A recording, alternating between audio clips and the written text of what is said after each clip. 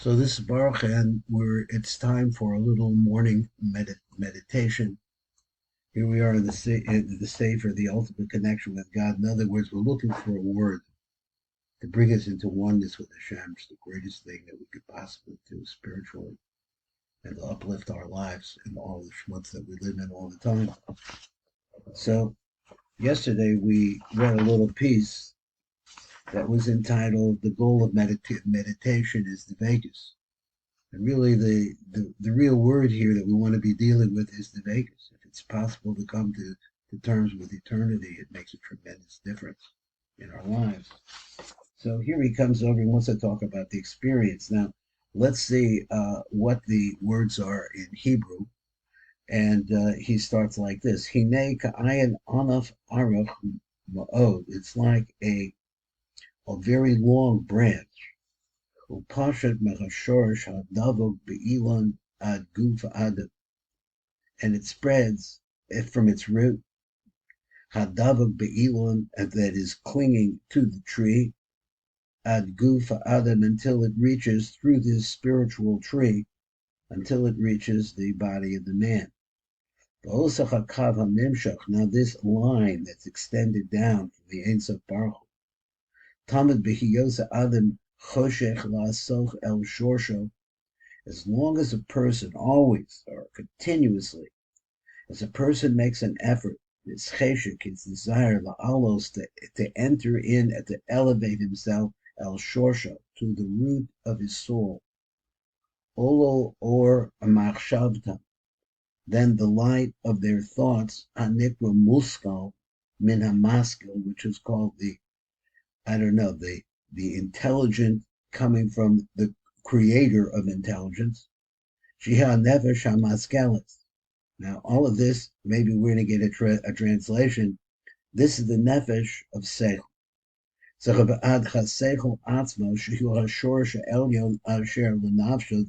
upper seichel, which we need to understand what that could mean, which is really shuhu, the upper root of a person's soul, the upper seichel that generates it. Now, so you have some ideas over there. I don't know exactly what Rabbi Memran's going to say here.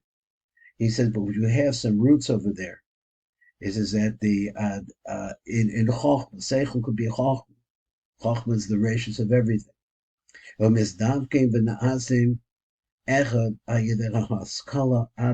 through the thought itself, the projection of mind, of being able to project the mind, Rabbi Memran speaks a lot about using the right brain, the creative part of the brain, the part that works with our imagination, and harnessing it to the side of the right, to the side of the flow from up above. Shehi ha-shefa ha-nimshach min ha-seichel el ha-maskil, because this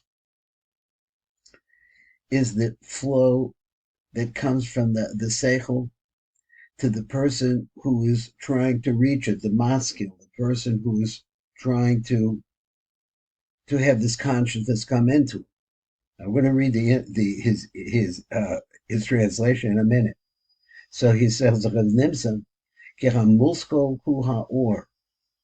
muskal, that which could be perceived, is the light.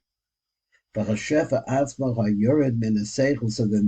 that is the flow that's actually coming down from the seichel, el nefesh hamaskelis, to the nefesh, which is able to absorb it. So this really, there's some physicality to this life. Who inyan hanikra machshava is the inyan that's called thought. Now this is a lot here. Havin zehete, so let me give you a blessing and understand this well. Kilo davar rak hu, so it's only speaking.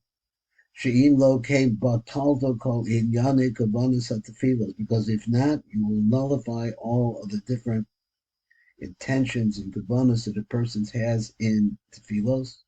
V'hirkuria adam atovim v'garoyim, and all the different thoughts of man.